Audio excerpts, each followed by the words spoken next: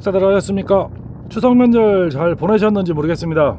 추석이 올해는 빨라서 과일도 다 익지 않은 상황이고 비가 많이 와서 과일값도 비싸고 물가가 너무 올라서 없는 사람들은 좀 힘든 추석이 아니었나 생각이 됩니다. 없는 집은 추석 차례상 차려놓고 싸운다고 그러죠. 있는 집은 해외여행 간다고 그러는데 전 국민이 다 해외여행을 즐기는 시절이 왔으면 하는 생각도 듭니다. 그리고 구독자가 이제 2만 명이 다 되어 갑니다. 2만 명이 돌파를 하면은 제가 영상을 올리려고 그랬는데 2만 명 4명 모질라는데 안 올라가네요. 2010년 낚시 영상을 시작으로 계속 오토바이 영상만 올리다가 2019년에 장작보개기 영상이 대박이 나면서 유튜브에 눈을 뜨게 되었습니다. 그리고 구독자가 거의 2만 명이 다 되었습니다. 4명 모질라는 19,996명입니다. 2만 명 되면 영상을 올리려고 그랬는데 아마 영상을 편집하는 과정에서 2만 명이 되지 않을까 생각이 됩니다. 여러모로 감사합니다. 2010년 낚시 영상을 시작으로 계속 오토바이 여행 영상만 올리다 2019년에 장작보개기 영상이 대박이 나면서 유튜브에 눈을 뜨게 되었습니다. 그 후 2020년 11월에 중국산 29,000원짜리 앰프 개조 영상을 올리면서 이런 얘기 많이 하죠. 포텐이 터졌다고. 그래서 본격적인 유튜버가 되었습니다. 2021년 1월에 구독자 1000명을 좀 쉽게 달성을 했고요. 본격적인 유튜버 생활을 하게 되었습니다. 채널명은 처음에는 시골생활 농사 안재미였다가 2022년도에 시골생활TV로 제가 개명을 하고 활동을 하고 있습니다. 남들보다 쉽게 구독자 1000명을 달성하고 시작한 유튜버라 쉽게 생각하고 시작을 하였고요. 지금도 취미생활 정도로 유지하고 있는 형편이지만은 구독자님들의 과도한 사랑을 받고 있는 것이 아닌가 하는 생각도 들고 더 많은 콘텐츠를 만들어 보답해야 된다는 의무감도 생기는 요즘입니다. 처음 취지는 시골 생활에 적응을 위해 필요한 기술이나 농기계 수리 영상을 많이 올렸습니다. 사실 도시에 살다가 시골 내려오면은 가장 적응을 못하는 부분이 농기계와 농약 사용법이거든요. 이런 것들은 시골 사람도 많이 모르는 부분이라 이런 아이템으로 밀고 갈까 한 1, 2년 정도 해보니 소통도 잘 안 되는 것 같고 제가 전문적으로 다뤄왔던 분야도 아니고 아주 전문 유튜버처럼 기업과 손잡고 홍보 및 뒷광고를 할 입장도 아니고 해서 고민하다가 올해 방향을 틀어서 그냥 좋아하는 것이나 하자 하고 다시 꺼내든 것이 오토바이 관련 아이템이었습니다. 솔직히 댓글 보는 재미도 있고요. 호응면에서 훨씬 재미있게 영상을 만들고 있습니다. 시청하시는 나이대도 많이 내려가서 폭넓은 시청자층을 확보하는 데도 성공했고요. 시청자 일부가 일탈할 것이라는 예측을 했는데 그렇지 않고 오히려 구독자가 더 느는 상황도 도움이 많이 되었습니다. 진솔하고 솔직한 이야기를 많이 담아보려고 시골생활 노하우 편에서도 노력을 많이 했는데 반응이 너무 의외의 방향으로 흘러서 당황한 경우도 있었고요. 또한 구독자가 재방문하는 경우도 많지 않아서 고민이었지만 지금은 완전 반대 상황이 되었죠. 더욱 방향 전환을 잘했다는 생각이 좀 듭니다. 어쨌든 더욱 진솔하고 필요한 이야기를 최대한 담아서 영상을 만들어 보겠다는 약속을 다시 한번 드립니다. 오늘 이야기는 처음 오토바이에 입문한 초보 라이더가 하기 쉬운 실수, 하면 안 되는 치명적인 실수에 대해서 이야기해 볼까 합니다. 이런 실수만 잘 극복하면 쉽게 장거리 라이딩을 하는데 도움이 될 수 있는 사항들입니다. 첫 번째, 클러치 조작과 타이밍은 정말 초보가 넘기 쉽지 않은 일이죠. 클러치 조작은 수동 오토바이를 타는 라이더의 숙명입니다. 초보뿐만 아니라 중수, 고수도 장거리 여행을 하면 힘든 건 똑같습니다. 이 클러치 조작 때문에 고통스러워하고 결국은 오토바이를 기변하는 경우도 종종 있을 정도로 심각한 부분이죠. 일단 클러치가 가벼워야 합니다. 클러치가 원래 무거운 기종도 있지만은 정비 상태가 좋지 못하면 더욱 이제 무거워지는 게 클러치입니다. 일단 클러치 케이블이 오래돼서 케이블 와이어에 녹이 생기면은 클러치가 더욱 무거워집니다. 이런 경우는 케이블을 교체하는 것이 정답이겠죠. 클러치 케이블을 교환할 경우는 와이어에 그리스나 오일을 투입하거나 발라서 장착하면 오랫동안 녹도 안 나고 좀 더 가벼운 클러치를 경험하실 수 있습니다. 사용 중인 클러치 케이블에도 그리스나 오일을 주입하면 그나마 클러치는 좀 가벼워집니다만 구조상 무거운 클러치를 가진 기종은 어쩔 수 없는 것으로 알고 있습니다. 오토바이를 고를 때는 좀 가벼운 클러치를 가진 기종을 선택하는 것도 고통에서 해방되는 일일 듯 합니다. 요즘은 DCT 등 듀얼 클러치 기반의 오토미션 기종도 있으니 선택의 폭이 넓어졌습니다. 또 클러치 간격을 본인의 성향에 맞게 맞추는 겁니다. 클러치 간격은 클러치를 4손가락 전체로 잡는 경우와 저처럼 2손가락이나 3손가락으로 잡는 경우는 클러치 간격이 좀 다릅니다. 4손가락 전체로 잡는 경우는 클러치 간격이 짧은 경우가 많고 2손가락이나 3손가락으로 잡는 경우는 클러치 간격을 좀 멀게 잡는 경우가 많습니다. 짧게 잡는다는 것은 클러치 레버를 꽉 쥐었다가 놓을 때 바로 클러치가 붙는 타이밍을 말하는 겁니다. 대부분 여성분들이나 클러치가 좀 무거운 기종은 4손가락으로 잡는 경우가 많고 클러치가 가벼운 기종은 2손가락이나 3손가락으로 잡는 경우가 많습니다. 습관에 따라 다르긴 해도 확실히 크러치 타이밍은 달라지는 것이 사실인 것 같고요. 이 크러치가 붙는 위치가 맞지 않으면은 출발할 때 우왕 하고 소리가 나거나 아니면 시동을 꺼트리는 경우가 발생하게 되죠. 크러치 타이밍이 너무 늦으면 우왕 하고 출발하는데, 이러면은 클러치 디스크에 무리가 많이 갑니다. 또 언덕이나 경사진 곳에서 출발할 경우에는 오토바이가 뒤로 밀리는 경우가 많죠. 언덕이나 경사에서 출발하는데 오토바이가 뒤로 밀리면은 초보자의 경우 당황하고 땅에 다리를 내리다 보면은 지면을 확실히 밟지 못해서 좌우쿵을 하는 경우가 많죠. 크러치 세팅은 오토바이를 타보시고 반드시 본인에 맞는 알맞은 타이밍으로 조절하시고 타셔야 합니다. 처음에는 어색하고 좀 불편하더라도 적응하겠지라는 생각으로 타시면은 계속 불편하고 피곤하게 타시는 겁니다. 특히 장거리를 가거나 시내에서 차가 밀려 서행을 할 때는 정말 힘들게 되죠. 또 오토바이 크러치 내구성에도 치명적으로 좋지 않고요. 크러치는 국산 오토바이도 30만원에서 50만원 정도 들여야 교환이 되는데, 수입 오토바이는 100만원에서 4,500만원까지 하는 경우도 있습니다. 또 남들은 5만 킬로 이상 잘 타는데 잘못하면 10,000km도 못하고 크러치를 교환하는 경우가 생길 수도 있죠. 그리고 손이 작으신 분들은 크러치 레바 간격을 조절 가능한 제품도 많이 출시되니 교환해 보시는 것도 불편함을 최대한 줄이는 데 효과가 있습니다. 한 가지 더 중요한 사항을 말씀드리면은, 브레이크를 잡으면서 크러치를 습관적으로 잡으시는 분들이 있습니다. 크러치는 기어 바꿀 때만 잡는 겁니다. 특히 초보 라이더를 경우 시동 꺼짐에 대한 불안으로 습관적으로 주행 중이거나 갑작스러운 급 브레이킹에 크러치를 잡는 경우가 있습니다. 저도 집 앞에서 브레이킹과 크러치를 같이 잡아서 한번 깔았죠. 절대 그러시면 안됩니다. 급 브레이킹에 크러치를 잡아버리면 뒷바퀴 트랙션, 즉 구동력이 차단되어 접지력을 잃다 보니 달리던 가속력으로 앞으로 쏠려서 앞바퀴가 전도되는 현상이 생깁니다. 결론은 앞으로 쏠려서 핸들이 없어지는 것처럼 앞바퀴 접지력을 잃고 넘어지게 되는 거죠. 이는 고속이건 저속이건 똑같이 나타나는 현상입니다. 100%죠. 넘어진다고 보시면 됩니다. 이런 현상은 내리막 경사에서도 마찬가지입니다. 브레이크와 크러치를 같이 잡을 경우에는 앞바퀴가 사라지는 마법을 경험하게 될 겁니다. 또 코너에서 기압비가 맞지 않으니 크러치를 잡아서 속도를 맞추거나 아니면은 변속을 위해 크러치를 잡는 경우가 있죠. 이럴 경우에도 큰일 납니다. 코너 정점에서 크러치를 잡아서 뒷바퀴 트랙션을 없애버리면은 고속의 경우에는 코너에서 오토바이가 벌떡 일어나는 경우가 생기고요. 결국은 회전 곡선을 벗어나서 길 밖으로 밀려나거나 넘어진다는 이야기가 됩니다. 저속일 경우에는 오토바이 핸들이 안으로 말리면서 전도가 됩니다. 코너 진입에 속도를 충분히 줄이고 기어를 바꾸고 코너에 진입을 해야 됩니다. 이건 그냥 공식이라고 생각하시면 됩니다. 코너에서는 속도를 줄이고 기어 바꾸고 코너 끝이 보이는 3분의 2 지점에서 스로틀 감고 탈출, 외우셔야 됩니다. 그리고 머리를 하는 것이 아니라 몸에 배어 있어서 반사적으로 해야 됩니다. 크러치는 절대로 브레이킹을 할 때 잡는 것이 아니다. 코너에서는 절대 어떠한 경우라도 크러치를 잡으면 안 된다. 이 말은 꼭 명심하시기 바랍니다. 이 부분이 전도 사고가 가장 많이 나는 부분입니다. 크러치 조절하는 영상은 유튜브에도 많으니까 따로 거론하지 않도록 하겠습니다. 두 번째, 스로틀 조절. 이 부분은 저배기량에서 고배기량으로 갈 때 조심해야 되는 부분입니다. 보통 저배기량은 스로틀을 많이 감아야 오토바이가 움직이거나 스로틀이 올라가죠. 미들급 650cc만 돼도 스로틀 조금만 감아도 오토바이가 튀어나가는 느낌이 있습니다. 특히나 리터급으로 가면 정말 스로틀 감는 신용만 해도 부항하고 나가죠. 아마도 미들급 이상이면은 1, 2단에서는 스로틀 급하게 가면 오토바이 앞바퀴가 움찔움찔하죠. 오토바이가 들리지는 않지만 그래도 심리적으로 위협을 느끼게 됩니다. 실제로 리터급 이상 고출력 오토바이는 앞바퀴가 들립니다. 거기다 클러치 조정 미스와 겹치면 오토바이가 그냥 날아가게 되죠. 그래서 스로틀을 살살 천천히 감는 연습이 좀 필요합니다. 부드럽게 천천히 출발하는 습관을 들여야 오토바이를 제대로 컨트롤할 수 있습니다. 그리고 장거리를 가다 보면 손목에 무리가 많이 생깁니다.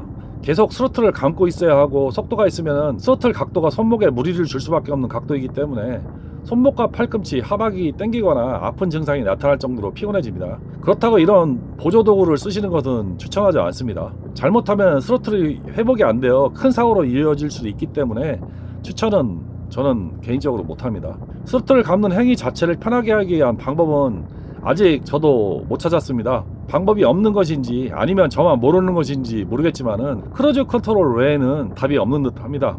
그나마 스로틀 간격을 없애는 방법이 피로를 줄이는 방법입니다. 영상을 보면서 간단한 스로틀 조작에 대해 알아보겠습니다. 악셀레이터 조작에 관한 이야기를 잠깐 해볼게요. 을 걸게 되면은 악셀레이터를 정말 조금만 움직여도 이렇게 박스에다가 올라가거든요. 일반적인 오토바이들 같은 경우에는 악셀레이터를 이렇게 좀 많이 감아야지만이 출력을 받는 느낌이, 스로틀 출력을 받는 느낌이 나는데, 미들급 이상 때부터는 이렇게 악셀레이터를 조금만, 아주 뭐 움직이는 것 같이 조금만 움직여도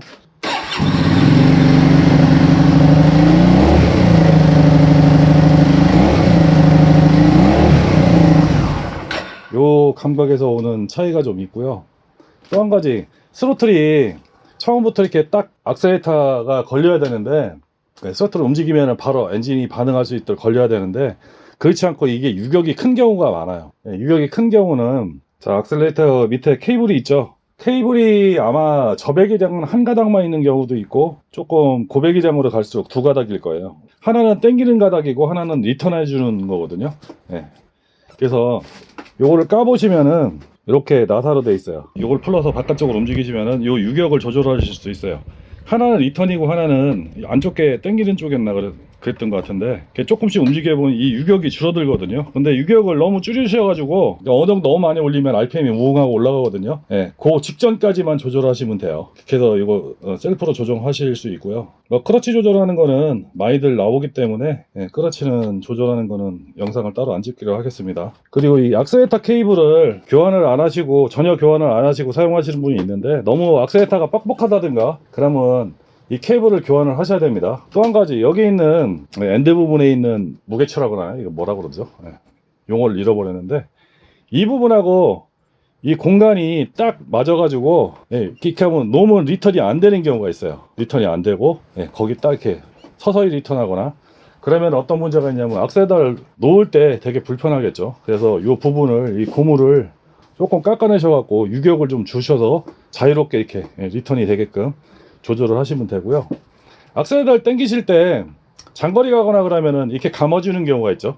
악셀레이터가 이렇게 당기다가 어느 정도 스로틀이 더 가면 이렇게 손목이 꺾어지죠. 그러면 이제 하박하고 손목이 굉장히 무리가 되겠죠. 그러면 어떻게 주냐면은 이렇게 살짝 당겼다가 한 번 더 이렇게 감아주게 돼요. 편하게. 그러면은 이 손목 위치가 되게 자연스럽기 때문에 손목이 덜 아프죠. 그런데 앞에서 뭐 차가 정차됐다든가 그런 순간에 뭐 브레이크를 밟는다든가 악셀레이터를 놔야겠죠. 그냥 이렇게 놔버리면은 손목이 이렇게 넘어가죠. 그러다 보니까 어떻게 해요? 자기 원래 당겼어도 처음 당겼을 때만큼밖에 안 놔요. 이만큼 감았다가 이렇게 놓게 되면은 이만큼이 유격이 있는 거예요. 그러다 보니까 악셀레이터를 놨는데 왕 하는 경우가 있죠. 무지하게 놀래죠. 그래서 이럴 때 이렇게 두 번 감아줬을 때는 악셀레이터를 놓을 때 손목 돌아간 것만큼 놓지 마시고 그냥 슬쩍 놔버리세요. 슬쩍 놨다가 놓으면은 원위치로 탁 돌아가거든요. 그래서 브레이킹을 이렇게 할 수 있게끔. 그리고 브레이크 간격은 대부분 이렇게 간격을 조절하는 레버가 있어요. 이 레버를 조절하시면 브레이크 간격이 이렇게 줄어듭니다. 손이 작으신 분이 브레이크 레버가 이렇게 멀리 있으면 브레이크 잡기가 되게 힘들겠죠. 그렇기 때문에 이 간격을 조절하시면 돼요. 그리고 이 마찬가지로 크러치도 이런 레버가, 간격 조절 레버가 있는 경우가 있고 없는 경우도 있는데, 있는 경우면은 최대한 이 간격을 조절하시고, 또 한 가지 크러치가 닿는 부분, 그러니까 엔진 출력을 받아주는 그 순간에 어느 정도가 되는지 본인이 좋아하는 타이밍에 크러치를 조정해서 사용하시면 됩니다. 3. 코너링. 이게 참 어렵고 이해하기 힘든 문제입니다. 잘만 쓰면 편하고 안전한데 어설프면 큰일 나기도 하는 경우죠. 일단 코너링은 핸들의 회전, 체중 이동, 카운터 스티어링으로 돌아나갈 수 있습니다. 핸들 회전과 체중 이동으로 코너를 돌아간다는 사실은 모르는 사람은 거의 없을 겁니다. 그런데 카운트 스티어링을 잘 이해하면 유턴이나 코너에서 아주 편하고 쉽게 오토바이를 회전시킬 수 있습니다. 여기서 초보 라이더와 중수, 고수가 좀 나뉘게 되죠. 일단은 유턴할 경우는 그냥 핸들만 냅다 돌린다고 오토바이가 유턴하지는 않습니다. 저속일 때는 전도되거나 엄청 넓게 원을 그리며 돌죠. 여기서 체중을 싣게 되면 그나마 도는 원이 좀 작아지긴 합니다. 그런데 카운터를 치고 들어가면은 오토바이가 완전 누워서 쉽게 유턴이 가능하다는 이야기는 초보 라이더들도 많이 들어서 알고 있는 내용일 겁니다. 유턴하는 강의 영상은 설명란과 고정 댓글로 링크를 걸어 놓겠습니다. 이게 코너에서도 적용이 됩니다. 특히 일반 국도나 회전 반경이 큰 4차선 대로에서 속도가 붙었을 때 가끔 오토바이가 원하는 대로 린 각도, 즉 오토바이가 기울기가 안 되는 경우가 있습니다. 이럴 때는 회전 방향이 커서 차선을 넘어가거나 길가로 밀려나서 사고 직전까지 가서 머리빨이 서는 경험을 해보셨을 겁니다. 또 코너에서 오토바이가 자꾸 밀려나니 스로틀을 놔버리는 경우는 더욱 오토바이가 일어서려는 동작을 합니다. 거기다가 이런 현상으로 위험을 감지하고 핸들을 꽉 쥐거나 브레이크, 크러치를 잡아버리면은 이는 100% 사고로 이어지죠. 초보 때 하는 가장 많이 일어나는 실수입니다. 완전 초보에서 실력이 늘었다고 생각하고 코너에서 무리하게 하면은 생기는 황당한 사고 중 하나일 겁니다. 앞에서 권유했듯이 코너에서는 절대 브레이크, 크러치는 금지라고 했죠. 핸들을 돌아나가는 코너 쪽으로 돌리면 오토바이가 자꾸 일어서고 최종으로 눌러도 오토바이가 기울어지는 현상을 회전 관성체의 반작용 원리로 설명이 됩니다. 회전체를 오른쪽으로 밀면 왼쪽으로 가려하고 아래쪽으로 누르면 위로 일어서려는 반발력이 생긴다는 원리를 이용한 선회법입니다. 선회하는 방향의 안쪽 핸들을 앞쪽으로 살짝 밀어주는 방법이죠. 이게 카운터 스티어링입니다. 코너에 들어가서 오토바이가 원하는 방향으로 기울어져야 원만하게 코너를 돌아 나가는데, 오토바이를 쉽게 기울이는 방법은 카운터 스티어링입니다. 오른쪽 선에는 오른쪽을, 왼쪽 선에는 왼쪽을, 원하는 회전 방향 반대편 핸들을 손바닥으로 살짝 밀어보면은 원하는 방향으로 오토바이가 움찔움찔하면서 넘어가죠. 이게 카운터 스티어링입니다. 몸을 쓰지 않아도 오토바이가 저절로 회전 방향으로 기울어져 코너를 아주 쉽게 돌아나가게 합니다. 이런 방법이 익숙해지면은 장거리 라이딩에 몸을 덜 써서 몸이, 특히 허리나 어깨가 훨씬 덜 아프죠. 이는 많은 연습이 필요합니다. 섣불리 시도하면 사고로 이어지는 경우도 있으니 꾸준히 연습을 하셔야 됩니다. 4. 브레이크 조작. 오토바이 레이싱인 모토GP에서는 300km가 넘는 속도로 달리다 100km 전후로 갑작스러운 브레이킹을 하면은 뒷바퀴가 들리는 정도로 브레이킹을 합니다. 일반적인 상황은 아닌데요. 브레이크는 확실히 빠르고 강하게 짧게 잡는 것이 원칙이긴 합니다. 그런데 일반 라이더 기준으로 본다면은 사실 이런 브레이킹은 더 위험한 순간을 연출할 가능성이 상당히 높습니다. 안정적인 브레이킹은 일반 유저의 관점에서 본다면은 한 템포 빨리 천천히 감속하는 브레이킹이 안정적일 수 있습니다. 모토GP야 1000분의 1초를 다투는 경기니까 그런 것이고, 우리는 한 발 먼저 느슨하게 안정적으로 브레이킹을 운용하면 됩니다. 사실 엔진 브레이크를 적극적으로 활용하면은 브레이크를 많이 사용할 일도 없고, 속도를 안정적으로 운용한다면은 브레이크 사용 빈도가 획기적으로 줄어듭니다. 저는 브레이크를 두 가지 목적으로 사용합니다. 첫 번째는 당연히 속도를 줄이는 목적으로 사용하는데, 두 번째 부가적인 목적은 코너 전에 브레이크를 사용하여 오토바이 차체를 눌러서 코너 접지력을 높이는 목적으로 사용을 합니다. 오토바이 브레이크, 특히 앞브레이크를 적극적으로 사용하면은 다이브 노즈라는 현상이 생깁니다. 다이브 노즈란 오토바이가 앞으로 쏠리면서 앞 쇼버가 주저앉는 현상을 말하죠. 이 현상을 이용해서 코너 앞에서 적극적으로 브레이킹을 하면은 오토바이가 땅에 딱 달라붙은 느낌을 받을 수 있습니다. 이 상태로 코너에 들어가면 일반적인 코너링 속도보다 빠르게 코너에 진입이 가능하고, 속도를 유지한 채 코너를 탈출할 수 있는 상황이 조성이 됩니다. 다만 기어 조작과 함께 빠르게 이루어져야 하며 자칫 실수하면 사고로 이어지기 때문에 섣부르게 사용해서는 안 되는 스킬이기도 합니다. 이런 기술을 트레일 브레이킹이라고 합니다. 그림에서 보다시피 코너 전에 브레이킹과 동시에 기어를 시프트 다운하고 코너에서 적극적인 악셀레이팅으로 코너를 빠르게 빠져나오는 기술입니다. 오토바이 경주에서는 일반적으로 많이 사용하는 기술이기도 합니다. 코너에서는 트레일 브레이킹과 카운터 스티어링만으로도 코너에서의 불안감과 사고 위험을 많이 줄일 수 있습니다. 그리고 브레이킹 시 크러치를 잡으면 무조건 사고로 이어진다는 생각을 머릿속에 꼭 담아두셔야 됩니다. 중수 이상 되면은 브레이킹과 동시에 빠른 크러치 조작으로 기어를 바꾸는 동작이 되지만은 초보 라이더는 어려움이 좀 있죠. 연습을 많이 하셔야 하고요. 브레이크는 앞에만 있는 것이 아닙니다. 뒷브레이크도 있죠. 뒷브레이크를 적극적으로 활용하는 것도 브레이크 효율에 많이 도움이 됩니다. 급브레이크는 앞뒤 브레이크를 동시에, 그리고 엔진 브레이크를 적극 활용하시면은 쉽게 제동이 됩니다. 아무리 급박한 상황이라도 평소에 연습을 충분히 해놓으면은 몸이 반응해 사용이 가능하게 됩니다. 특히 코너에서 너무 빨리 코너에 들어갔을 경우에는 브레이크를 사용하면은 오토바이가 뻘떡 일어나는 현상이 생겨서 위험하죠. 그럴 때는 뒷브레이크를 살짝만 사용해도 오토바이가 일어서서 코스를 이탈하는 현상을 막을 수도 있습니다. 브레이킹이 쉬워 보여도 어려운 분야입니다. 평상시 연습을 많이 하셔야 됩니다. 다섯 번째, 오토바이 고장. 오토바이 고장은 짧게 이야기하겠습니다. 보통은 고장은 시동이 꺼지는 일이죠. 시동이 꺼지면 다시 시동을 시도하는 경우가 많습니다. 대부분 그러시고요. 오토바이 시동이 안 되면은 10번, 20번 시동을 걸어봅니다. 그러다 안 걸리면 포기하는 경우도 있고, 주변에서 너도 나도 한 번씩 시동을 걸어보죠. 보통의 라이더가 다 그렇게 하죠. 네, 그러면 안 됩니다.